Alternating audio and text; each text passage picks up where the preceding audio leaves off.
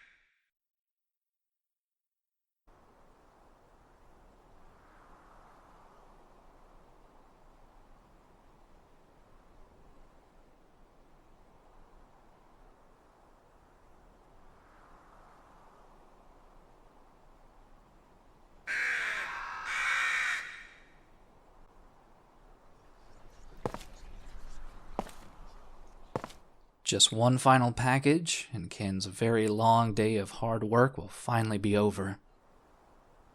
Now, if it was me, I'd probably just say this can probably wait till tomorrow, hop into this truck, and get the hell on out of here. Sadly, though, Ken has a probably stronger work ethic than I do, and he figures that if he doesn't take care of this package, then some other person, probably tomorrow, will have to take care of it, or quite possibly his boss will end up getting mad at him. He feels very inclined that he does have to deliver this mysterious package.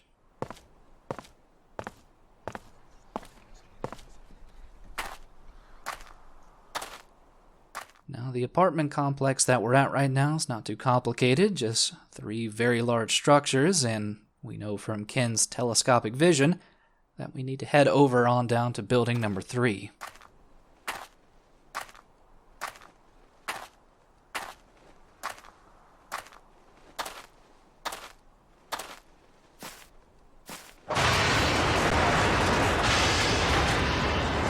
So that we are going to have to stay on our toes quite a bit. The state of these apartments is rather lackluster, to say the least, and quite dangerous, if I am so bold. And in fact, it seems like we are going to have to try to get through this gate here if we are going to want to make our way back to the delivery truck.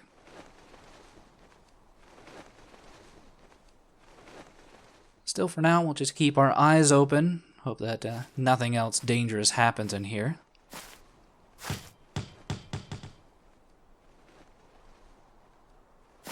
Also, I guess there must just be a strong breeze somewhere that blew over all that debris and that ball there.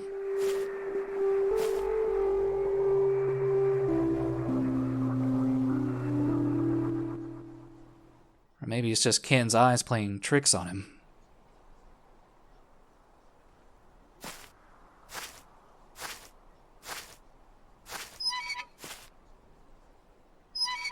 Yeah, it's easy to be jumpy in such a dark and kind of creepy place like this. I mean, we know from the adjective allotted to the stage that this is probably an abandoned apartment complex, which doesn't really seem like a good place to make a delivery. But it could just be there's a bunch of squatters here living, and we're doing a generous thing by making a delivery. You know, if I see this as something of a charitable act, it kind of makes my pride grow a little bit more and gives me more a little bit more spirit to deal with the creepiness going on around me.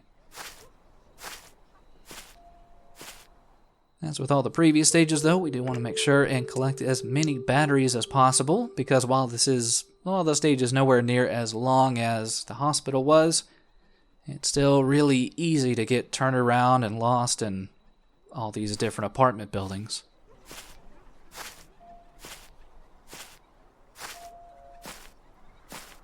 I mean, the good thing is that we clearly identified from the box that we are going to have to head to 301.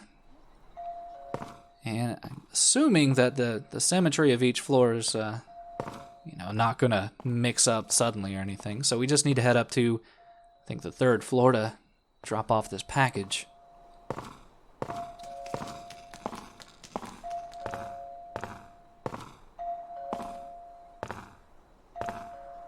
Does kind of seem like there's some kind of weird electrical issue here, not just for the sheer amount of lighting that's not available, but also I keep on hearing a doorbell or something somewhere.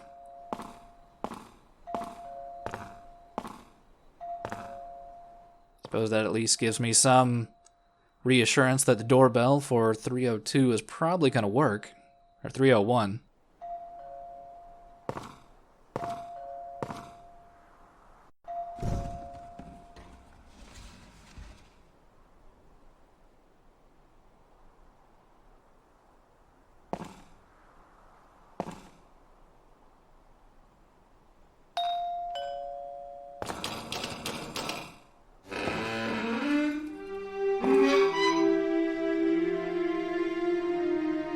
Alright, well, I suppose a good delivery man might be courteous enough to bring the package in.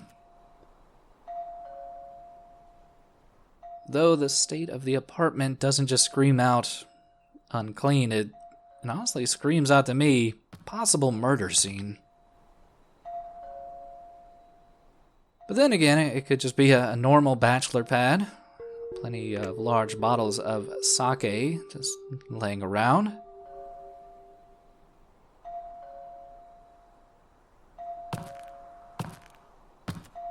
We got our one single futon here in a state of disrepair and a whole lot of smokes. Yeah, definitely seems like a possible bachelor pad slash murder den. Still, what does catch my eye was this little glint that I could see through the closet door. And it's a key to that gated off area.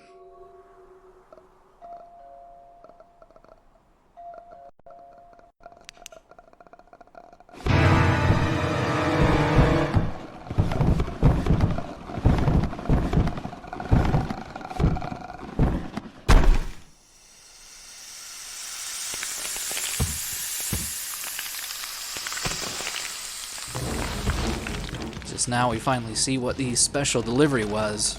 And it seems to be a chick in a box.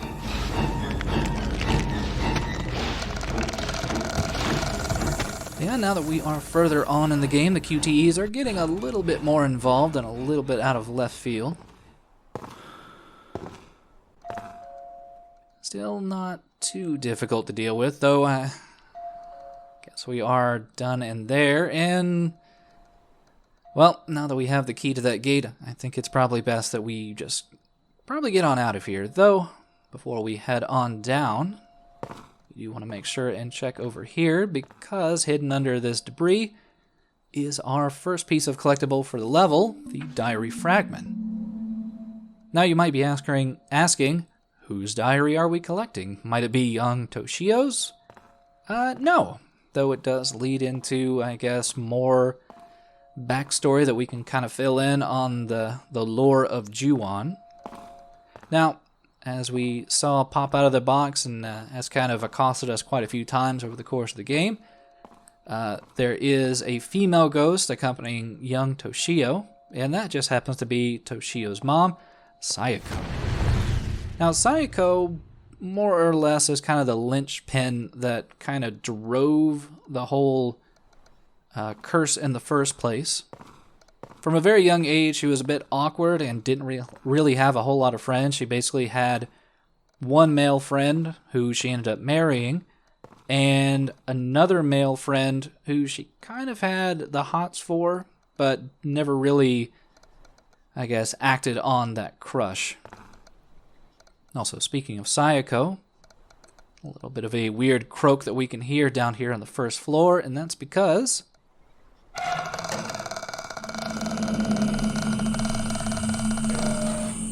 and it's not just junk mail that we had to deal with there, but also our second collectible.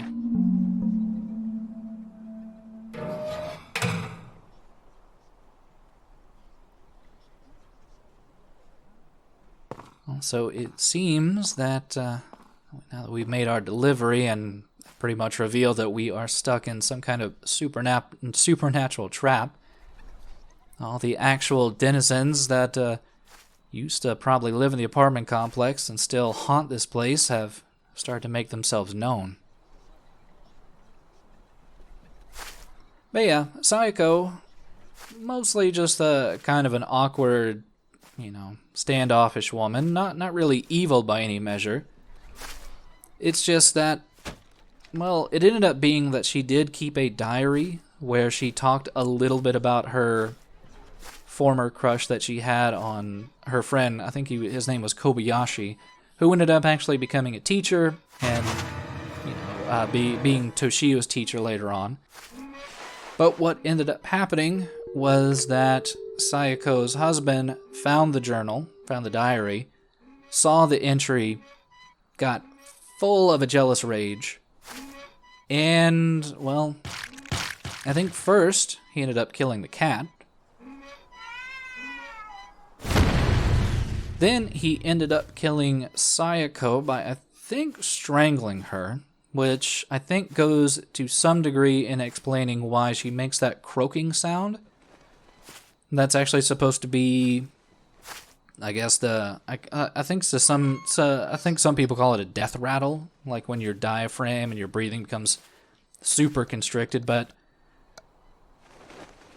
yeah, I think that croaking is supposed to be her final sounds before all the life was choked out of her. But yeah, so Kat was killed by the father/husband. Sayako strangled by the husband as well. And I still feel like it's a bit conflicted about what actually happened to Toshio. Some people said in the comments in the previous section that the father killed him. I still think that the original film kind of made it more that, like, after Sayako was killed, the father kind of like trapped Toshio in a closet slash the attic, where that ended up being where Sayako's body was stored after the husband murdered her. So she's dead. She's become a vengeful ghost. I'm wanting to say in the first film that she actually spirits away Toshio, but I think in the book Toshio ends up being starved to death as he's locked away inside of a closet. Either way, it ends up being that the mistaken thoughts and jealousy that the husband has about Sayako's former crush on the school teacher, that ends up leading into her death, her unending rage, and the whole curse, which then also kind of spirals into Kobayashi, who sees Toshio's been abused and decides to go check on him as he hasn't come to school in a couple days. And hey, Kobayashi is now the next person that has to die from the curse. And yeah, I think what's overall interesting, especially in this apartment complex, that kind of, I guess, covers the idea a bit more that is kind of brought up in the original film, is that there is a very large domino effect that has to do with the curse. Like, the initial family dies, so Kobayashi goes and checks on young Toshio. Co-workers, family members of Kobayashi, after he dies and gets killed by the curse, are like, oh, what happened to Kobayashi? I should go check on the house where he was last, investigating this young boy's death, or, the savage, nature that, that Toshio had to live in. And it's just more and more people, family members, friends, close acquaintances, like they all get caught up in just this never-ending curse. Also, side note, this third collectible here, super easy to miss, especially in this apartment with just the constant doorbell ringing, and you're obviously feeling very trapped and very scared. You just want to get out of here as soon as possible. And the only real way out seems to be the large opening of the wall. It's just, well, I guess we gotta try to find a tool or something to make our way out.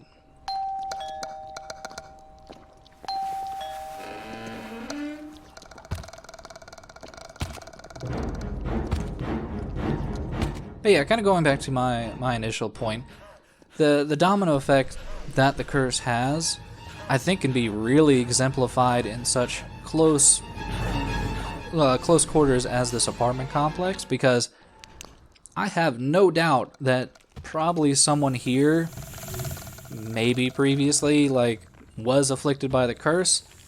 Their next door neighbor got concerned one day and was like, oh, what happened to them? I should go check up on them. Oh wait, I'm now cursed. I'm going to die. And just so on and so forth, infinitum. Or it could also just go back to the whole hallucinatory factors that the curse itself seems to have. I mean, the mysterious package that shows up in Ken's truck that forces him out here into the middle of nowhere to this obviously abandoned location. And the fact that package ends up being a big MacGuffin to have Sayako pop out in all of her hairy glory. Or the fact that, well, the woman from the previous chapter who goes to the hospital, I am assuming she has better health insurance and doesn't have to go to an abandoned hospital. Yeah, just a whole lot of interesting possible scenarios that could have explained what happened here at this apartment.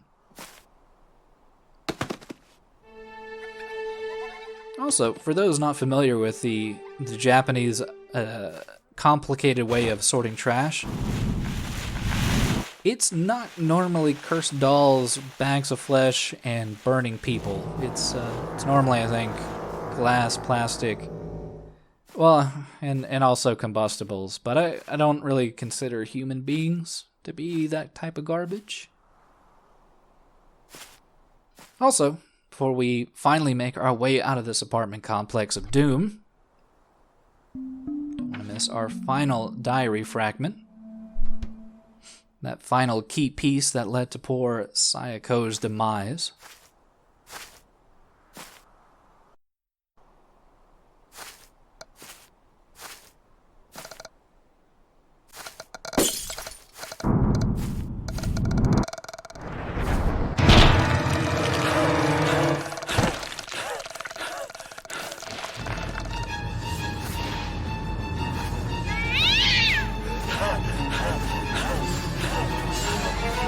But I will say that Sayako's backstory, Toshiya's backstory, even the husband's backstory, all are pretty dire and tragic. But what we end up seeing now of both Toshio and Sayako, there's absolutely no humanity left in them. They are just pure, unbridled rage, and there's no sympathy to feel for them. In fact, there's no sympathy to feel for us, because I think we're already dead.